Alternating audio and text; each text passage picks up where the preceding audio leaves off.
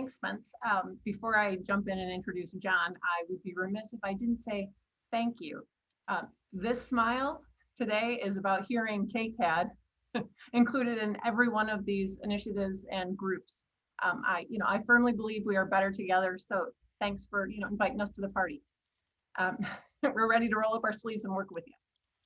So not only are innovation and collaboration critical skills for the 21st century success, they're part of the culture at KCAD.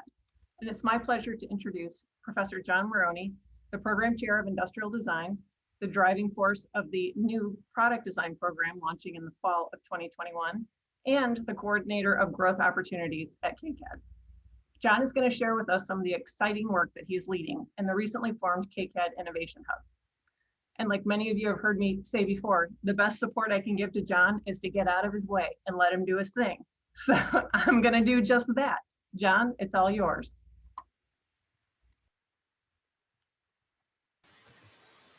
Seems I might be, oops.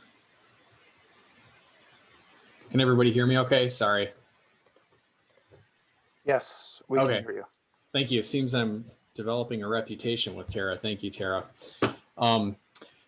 So before we get into this brief presentation, I have to say that there are no shortage of good ideas and innovative ideas at KCAD.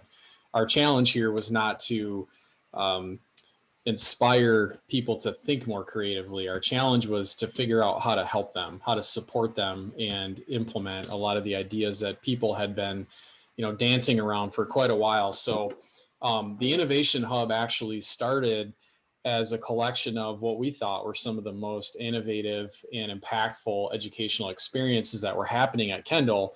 And then we started to think about ways that we could expand that funnel and different types of models we could add to that to help provide avenues for these different types of projects and programs that were being developed. So, this is all working. We had a lot of great momentum coming into this year, and the pandemic kind of slowed us down a little bit. We've managed to keep moving in some of our experiments, but kind of a working mission here, the Innovation Hub, we seek to enhance student learning by connecting external stakeholders from the industry and the community and facilitating opportunities for advanced research, sponsored project work, and applied learning that drives development of new ideas. And that's an important part of this is, we're trying to foster new thinking, new ideas, things that support growth. And so part of our vision here with some of these engagement models that we're developing, we'd like to integrate faculty, students, and community and industry partners closer together. We want to facilitate rich interdisciplinary learning experiences, instigate growth of small businesses in the community, support lifelong learning for professionals, and generate revenue through a variety of funding sources to help sustain the operations. So we've got 5 things in our model here that we've been experimenting with little by little, and I'm going to share just a couple of brief examples of each, but kind of starting at the top and going around the circle to the left. Support for experientships for our students, and this includes internships, special projects, volunteerism, student entrepreneurship with mentorship and competitions, industry and community sponsored projects through state and private funding, grant-funded research and development with federal and state programs. And then the last piece we're adding this year is professional development and training, which will include some standard certificates and also custom training and some short form workshops. So we're going to talk a little bit about industry and community sponsored projects and grant-funded research first. So these types of projects can range from things that are extremely large and all-encompassing, like a Smart Zone grant that we were awarded working with Spectrum Health. And this is a 3-year grant that has projects for students to work on an interdisciplinary team with experts from the healthcare industry over the course of an entire academic year, developing new product ideas. So the students receive a research stipend. There's funding support for faculty cost burden relief, things of that nature. So it's a very complex and long project. We're actually in the process of reapplying for another 3-year grant currently. So this is an example of a program that is quite expansive and engages a lot of different organizations within the community and different student groups. This is a project, a family-focused banking app that, you know, we were able to support a startup business in the area through an MEDC program. So this is more of like an 8-month-long project, non-credit bearing, and we were able to put together a team of graphic designers to develop brand identity, user experience design, and then we worked with Mohammed and his team of students in the software design program to do back-end and front-end development on the app. So you can see finding complementary pieces and parts from within the entire university system to engage in these projects is going to become a part of our strategy moving forward. All the way down to a project that was really maybe a month worth of engagement between a student and some of the support staff in our Flex Lab. You know, this is more of a medical device technology project, working with another med tech company and developing a show property for them to go to their investors and to trade shows and things like that. And we leveraged a business accelerator fund program, you know, with the state of Michigan for this. So you can see that there's quite a range of engagement and funding sources involved.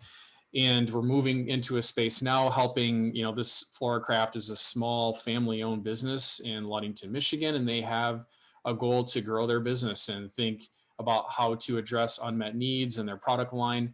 And so we've got a team of students and a faculty mentor that are going to work with them over the course of the next 2 months to help them develop strategies for new products in their product offering. So, you know, what is innovative about these examples? So not only the products and services that are being designed, but the way that we are facilitating collaboration and integration with experts and business owners in meaningful ways that support our student learning.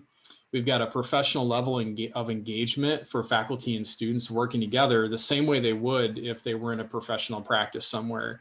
You know, working in interdisciplinary teams and learning how to incorporate multiple perspectives in what you're doing throughout the process, integrating state funding into for-credit and non-credit programming, and also thinking through some unique ways to offer credits to students that support their, you know, their degree goals, and also support some financial for the students in a small way.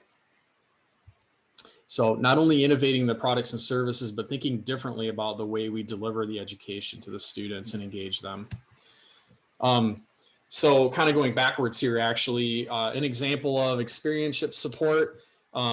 We are in the process of setting up and hosting a 3-part series on virtual internships. And our goal here is to prepare our students, help them understand what's happening in the shift to virtual internships within many industries, make them aware of various resources available to them through CLACS, and this is in collaboration with Michelle Albright, and help them understand how they should be preparing with digital portfolios and interviewing skills.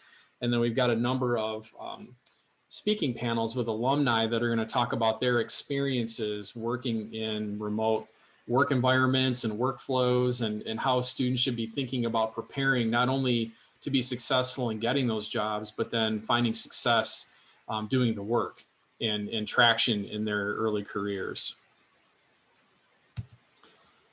So we like to support student entrepreneurship, and this is a big area of growth. There's a couple of things that we are doing you know, this year and have over the last couple of years. A big one, we sponsor and help facilitate something called the MWest Challenge competition. So this is a student venture competition. We've got 9 schools in the area that collaborate, and students work intercollegiate and interdisciplinary on these teams to compete. We raise over $13,000 in prize money every year.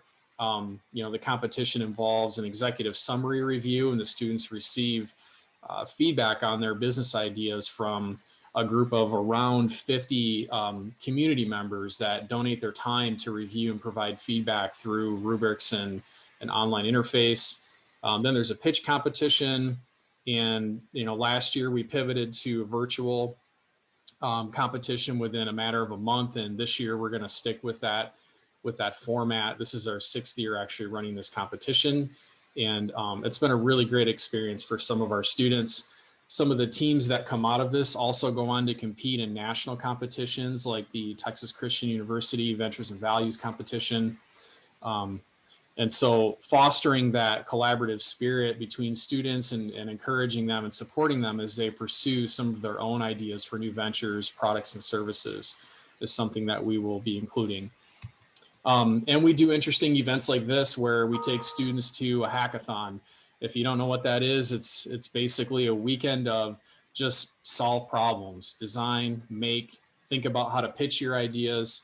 And this type of an event serves as a great opportunity to seed new ideas with students who are working on maybe thesis projects or maybe thinking about entrepreneurship competitions.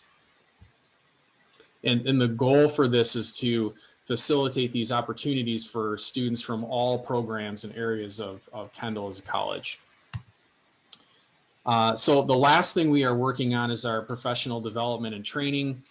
We've been kind of noodling on this strategy over the course of, I don't know, the last 6 months or so. I've had some great conversations with Dean Reifert's team and Gary and Brooke and some others about effective ways of delivering professional development, education, and training. And, you know, to this point, you know, we have been trying to do diligence and researching what some of those emerging trends are and workforce needs and how those align with the strengths of KCAD and what we can offer to those professionals in the community. We've been diving pretty deep, benchmarking different non-credit educational models from peer institutions and larger universities and colleges. We just wrapped up a survey of professionals to help assess some of their key behaviors and needs and interests as related, and we are moving into a stage of developing a strategy and an offering that we would like to pilot in summer or fall of 2021. And the 3 areas that we're looking at, we've got our first custom training program opportunity. We're looking at developing a, you know, kind of a small offering of certificates potentially, and then thinking about a workshop format as well. So, you know, we're putting the word out on this and the community is getting very curious. So we feel like this year, 2021, is going to be the year to start really growing this effort and looking for opportunities to collaborate not only within KCAD as a college, but across the university as well. And so I will kind of leave this up if anyone has any questions about what we are up to.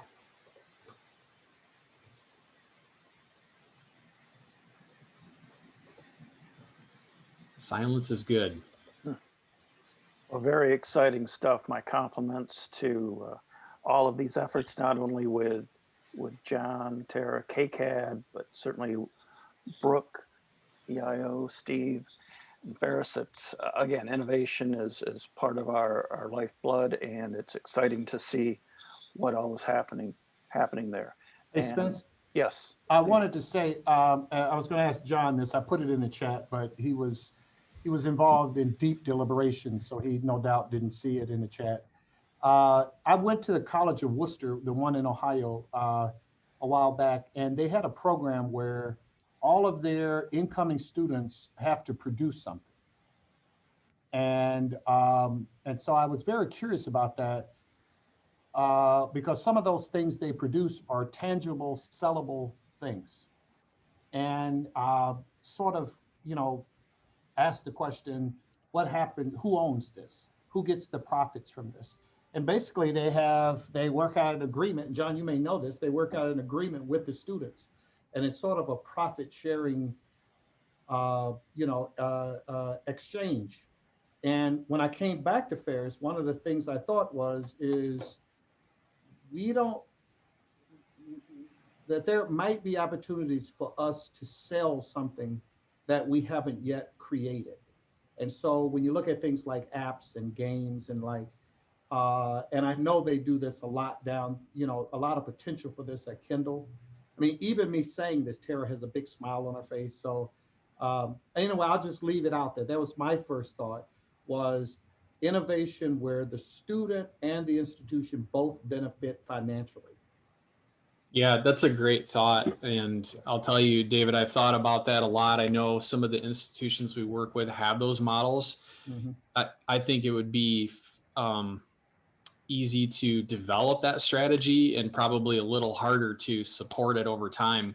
You know, our only real foray into that kind of thinking has been with our Smart Zone project, and we do own the intellectual property in partnership with Spectrum Health, generated through those programs. The challenge is just tracking with it over time and protecting the intellectual property and all the work that goes into commercializing it. So it takes a much bigger organization than we have currently dedicated to the effort, but it's certainly something we could entertain in the future.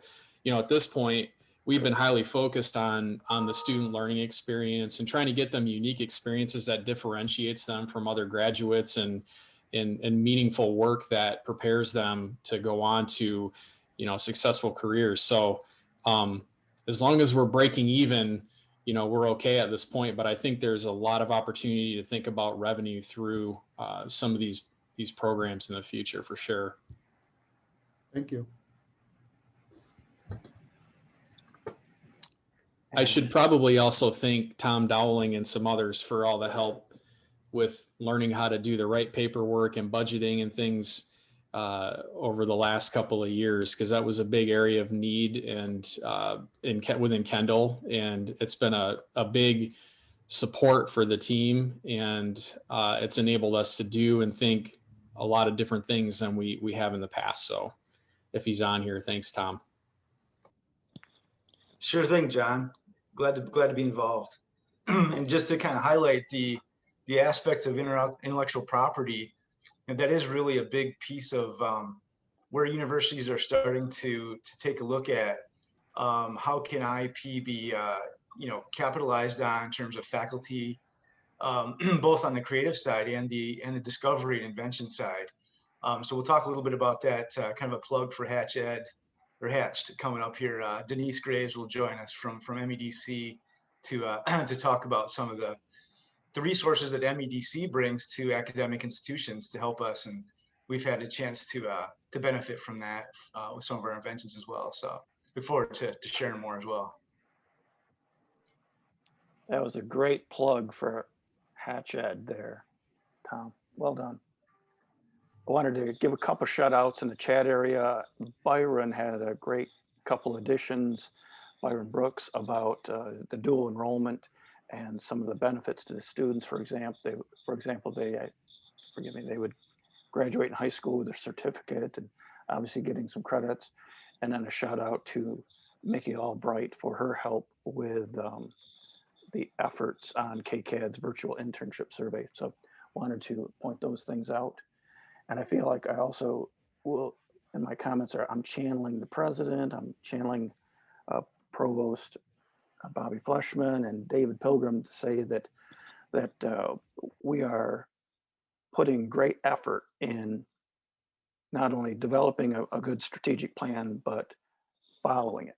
And not just, as I think Bobby had made reference in a recent meeting, putting it on a shelf, but actually keeping it dusted off, looking at it, and moving action through that. So not only with the action groups the 7 action groups that gave some summaries of what they're doing in short term, midterm, and long term, but also the emphasis on innovation. So my compliments to all of the presenters today.